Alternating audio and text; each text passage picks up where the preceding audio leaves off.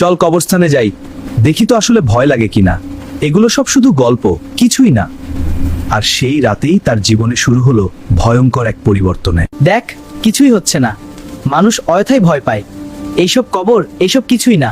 বন্ধুরা কবরস্থানের ভেতর ঢুকে হাসাহাসি করছিল, কিন্তু পরিবেশটা ছিল অদ্ভুত নীরব।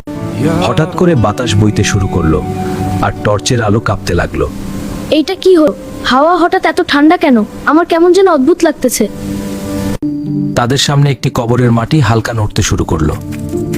দেখছিস, ওই কবরটা নড়তেছে। এটা কি সত্যি, না আমরা ভুল দেখতেছি?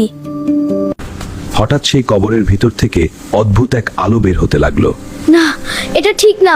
আমাদের এখান থেকে বের হতে হবে। আমি আর এক মুহূর্ত এখানে থাকতে পারবো না। হঠাৎ সেই কবরের ভিতর থেকে অদ্ভুত এক আলো বের হতে লাগলো। আর রাফি, বুঝছিস না, আমাদের এখান থেকে বের হতে হবে। আমি আর এক মুহূর্ত এখানে থাকতে পারবো না। হঠাৎ করে রাফি যেন টেনে নেওয়া হলো সেই কবরের ভিতরে। আমাকে বাঁচাও, কেউ আমাকে ধরো, আমি নিচে পড়ে যাচ্ছি। আল্লাহ, আমাকে বাঁচান। কবরের ভিতরে সে দেখলো ভয়ঙ্কর দৃশ্য। না, এইগুলো কি? এত সাপ, এত বিচ্ছু, এরা আমার দিকে আসছে। আমি কোথায় এসে পড়লাম? হঠাৎ আগুনের মতো তাপ তাকে ঘিরে ফেললো। এই আগুন এত গরম, আমি সহ্য করতে পারছি না। আল্লাহ, আমি ভুল করেছি, আমাকে ক্ষমা করুন। তার সামনে এক ভয়ঙ্কর ছায়া দেখা দিল। তুমি কি ভেবেছিলে জীবন শুধু মজা করার জন্য? নামাজ না পড়ে আল্লাহকে ভুলে গিয়ে তুমি কি পার পেয়ে যাবে? রাফি কাঁদতে লাগলো, তার সব ভুল মনে পড়তে লাগলো।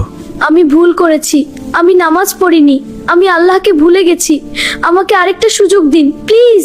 হঠাৎ কবরের দেয়াল তার উপর চাপ দিতে লাগলো। আমার শরীর চাপা পড়ছে, আমি শ্বাস নিতে পারছি না। আল্লাহ, আমাকে বাঁচান, আমি আর এরকম করব না। সবকিছু ধীরে ধীরে অন্ধকার হয়ে গেল। এটাই কি আমার শেষ? আমি কি আর কখনো আলো দেখতে পাবো না? হঠাৎ করে সে নিজেকে আবার কবরস্থানের বাইরে দেখতে পেল। আমি বাইরে? এটা কি সত্যি, নাকি আল্লাহ আমাকে আরেকটা সুযোগ দিলেন? সেই রাতই তার জীবন বদলে দিল। আজ থেকে আমি বদলে যাব।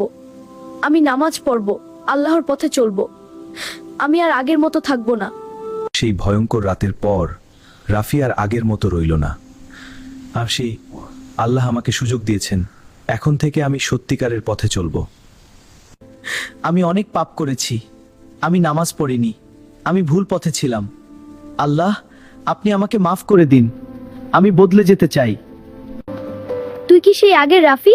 তুই তো একদম বদলে গেছিস। এখন সবসময় নামাজ পড়িস কেন? হ্যাঁ, তুই কেন এমন বদলে গেলি? এটা কি তোর নতুন অভ্যাস?